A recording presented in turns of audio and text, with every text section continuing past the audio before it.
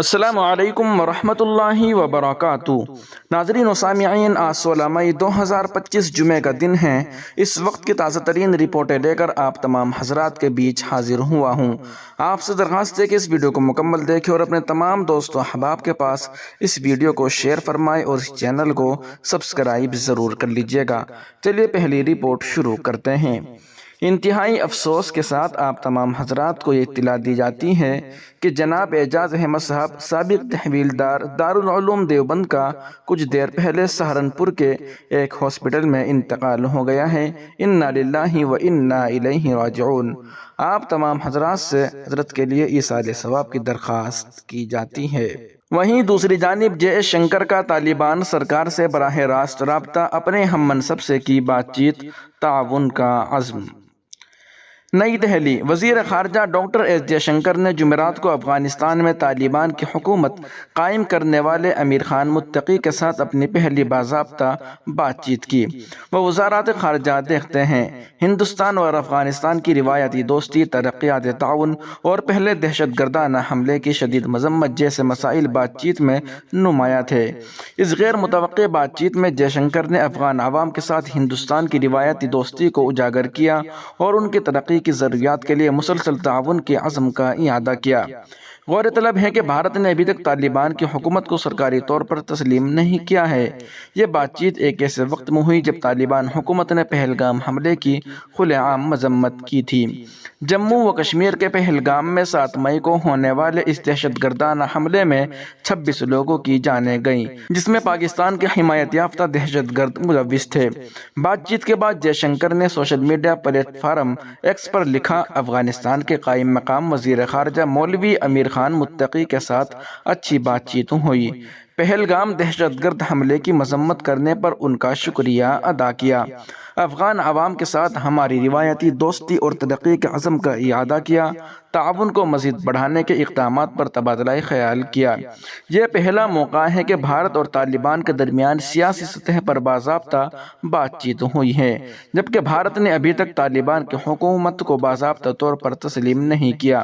اس سے قبل جنوری 2025 میں بھارتی سیکریٹری خارجہ وکرم مسری نے متقی سے دبئی میں ملاقات کی تھی۔ اس سے قبل ایسا رابطہ سال 1999-2000 میں دیکھا گیا تھا، جب قندار طیارہ ہائی جیکنگ کے واقعے کے دوران بھارتی وزیر خارجہ جسوت سنگھ نے اس وقت کے طالبان کے وزیر خارجہ وکیل احمد متوکل سے بات چیت کی تھی۔ ماہرین کا خیال ہے کہ یہ بات چیت بھارت کی اسٹریٹجک ڈپلومیسی کا حصہ ہے، جس میں وہ طالبان کے ساتھ براہ راست مذاکرات کے ذریعے افغان عوام کے ساتھ رابطہ قائم کرنے اور علاقائی استحکام کی کوشش کر رہا ہے۔ بھارت کا یہ اقدام نہ صرف افغان عوام کے ساتھ اس کی طویل مدتی وابستگی کی عکاسی کرتا ہے، بلکہ خطے میں بدلتے ہوئے جغرافیائی سیاسی مساوات میں اس کے فعال کردار کو بھی واضح کرتا ہے۔ وہیں دوسری جانب مولانا بدر الدین اجمل صاحب کی پارٹی AIUDF کے ممبر اسمبلی امین الاسلام NSA کے تحت گرفتار۔ یہ ہے الزام۔ All India united democratic front AIUDF کے صدر مولانا بدر الدین اجمل کے ممبر اسمبلی، جنہیں پہلگام حملے پر اپنے تبصرے کے لیے گزشتہ ماہ گرفتار کیا گیا تھا، ان کو بدھ کے روز قومی سلامتی ایکٹ NSA کی دفعات کے تحت حراست میں لیا گیا تھا۔ اسی دن عدالت میں انہیں ضمانت دی گئی تھی۔ پولیس نے جمعرات کو تصدیق کی۔ امین الاسلام جوناگون ضلع کے ڈھنگ حلقے سے AIUDF کی نمائندگی کرتے ہیں۔ ان کو پہلگام حملے کے 2 دن بعد 24 اپریل کو ریاست میں پنچایتی انتخابات کے لیے ایک انتخابی ریلی میں ان کے تبصروں کے لیے گرفتار کیا گیا تھا۔ ہندوستان ٹائمز کے مطابق اسلام کو بدھ کے روز عدالت نے ضمانت دے دی تھی، لیکن پھر NSA کے تحت گرفتار کر لیا گیا تھا، کیونکہ یہ محسوس کیا گیا تھا کہ ان کے ماضی کے ریکارڈ کو دیکھتے ہوئے ان کی رہائی سے سیکورٹی کے مسائل پیدا ہو سکتے ہیں۔ سوپنیل ڈے کا سپرنٹینڈنٹ آف پولیس SP ناگون نے کہا۔ انہوں نے مزید کہا کہ اسلام کو ناگون کے ضلع مجسٹریٹ نریندر کمار شاہ کے حکم کے بعد حراست میں لیا گیا تھا، جس میں پولیس رپورٹ کا حوالہ دیا گیا تھا، جس میں کہا گیا تھا کہ قانون ساز ریاست کے امن عامہ اور سلامتی کے لیے متعصبانہ سرگرمیوں میں ملوث رہے۔ اسلام کو NSA کی دفعہ 2-3 کے تحت حراست میں لیا گیا ہے۔ ڈیکا نے کہا کہ MLA اس وقت ناگون سینٹرل جیل میں بند ہیں۔ NSA کی دفعات کے تحت قید کا ہر 3 ماہ بعد جائزہ لیا جاتا ہے اور ملزم کو 1 سال کی مدت تک حراست میں رکھا جا سکتا ہے۔ وہیں دوسری جانب مشرقی UP میں غیر قانونی مدارس پر کریک ڈاؤن، 150 سے زائد پر لگا تالا، ہر طرف سناٹا۔ نیپال کی سرحد سے متصل اضلاع میں 150 سے زائد غیر قانونی مدارس کے خلاف کارروائی کی گئی۔ ان میں سے کئی مدارس غیر قانونی پائے گئے اور انہیں مسمار کر دیا گیا، جبکہ کئی مدارس سے تجاوزات ہٹا دی گئی۔ اس کے علاوہ پیلی بھیت، شراوستی، بلرام پور، بہرائچ، سدھارتھ نگر اور مہاراج گنج میں 205 تجاوزات ہٹائی گئی۔ سب سے زیادہ کارروائی شراوستی میں ہوئی ہے۔ جمعہ تک شراوستی میں 102 غیر قانونی مدارس کی نشاندہی کی گئی۔ ان میں سے 102 کو سیل کر دیا گیا۔ کئی مذہبی مقامات کو نوٹس دیا گیا ہے۔ اسی طرح سرکاری زمین پر بنائے گئے 5 میں سے 4 مزاروں کے خلاف کارروائی کی گئی۔ مہاراج گنج ضلع میں 28 غیر قانونی مدارس کے خلاف کارروائی کی گئی۔ یہاں سرکاری اراضی پر بنائی گئی ایک عیدگاہ کو بھی نشان زد کیا گیا ہے۔ پولیس انتظامیہ کی سختی کے پیش نظر تحصیل فرنڈا میں مذہبی مقام کے قریب تجاوزات کو وہاں کے لوگوں نے رضامندی کی بنیاد پر ہٹا دیا۔ جمعے تک بہرائچ میں 24 تجاوزات کو ہٹا دیا گیا۔ ان میں سے 13 سرکاری اراضی پر قائم غیر قانونی مدارس کو نوٹس دیے گئے۔ ان میں سے 5 مدارس کو سیل کر دیا گیا، جبکہ 8 مدارس کو وہاں سے ہٹا دیا گیا۔ پیلی بھیت میں جمعے کو صرف 1 تجاوزات پائی گئی، جس کے لیے انتظامیہ نے ذمہ دار شخص کو نوٹس جاری کیا۔ بلرام پور ضلع میں 22 مدارس کو سیل کیا گیا، جبکہ 5 مدارس کو مسمار کر دیا گیا۔ سدھارتھ نگر میں نیپال کی سرحد سے 10 کلومیٹر سرحد میں اب تک 22 سرکاری اراضی سے تجاوزات ہٹائی جا چکی ہیں۔ ان میں 4 مذہبی مقامات اور 18 مدارس شامل ہیں۔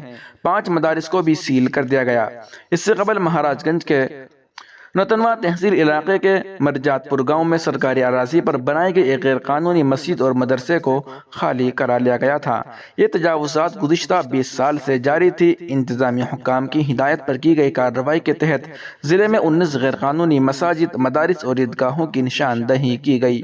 ان میں سے 5 مقامات پر مقامی دیہاتیوں اور مدرسے کے آپریٹرز نے رضاکارانہ طور پر تجاوزات کو ہٹا دیا۔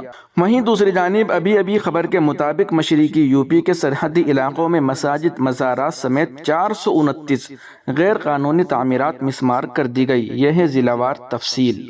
جمعرات کو مزید 4 غیر قانونی ڈھانچوں کے خلاف کریک ڈاؤن کے ساتھ کل تعداد اب 429 تک پہنچ گئی ہے، کیونکہ اتر پردیش کے حکام نے ہندو نیپال سرحد کے 10 کلومیٹر کے اندر سرکاری زمین پر تعمیر کیے گئے مزید 236 غیر مجاز مذہبی ڈھانچے کی نشاندہی کی ہے۔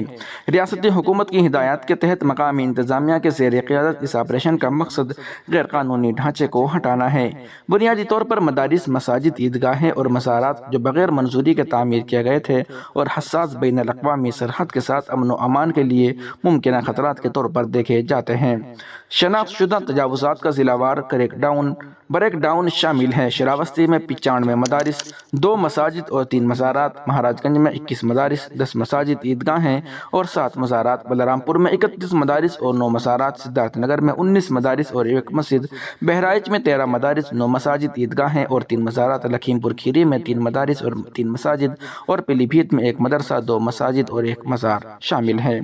ٹائمز آف انڈیا کی رپورٹ کے مطابق حکام نے بتایا کہ ان میں سے بہت سے ڈھانچے بغیر کسی قانونی عمل کے ریونیو یا جنگلات زمین پر بنائے گئے تھے۔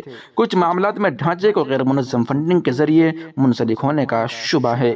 انتظامی ذرائع نے تصدیق کی کہ سرحد کے قریب اس طرح کی تجاوزات نہ صرف زمینی قوانین کی خلاف ورزی کرتے ہیں بلکہ قومی سلامتی کے لیے بھی ممکنہ خطرات کا باعث بنتے ہیں، خاص طور پر ان خطوں میں جہاں سرحد پار سے دراندازی اور مذہبی بنیاد پرستی کا خطرہ ہے۔ محکمہ داخلہ کے ایک سینئر افسر نے بتایا کہ سیٹلائٹ امیجنگ اور ڈرون میپنگ کے ذریعے مسلسل نگرانی کی جا رہی ہے۔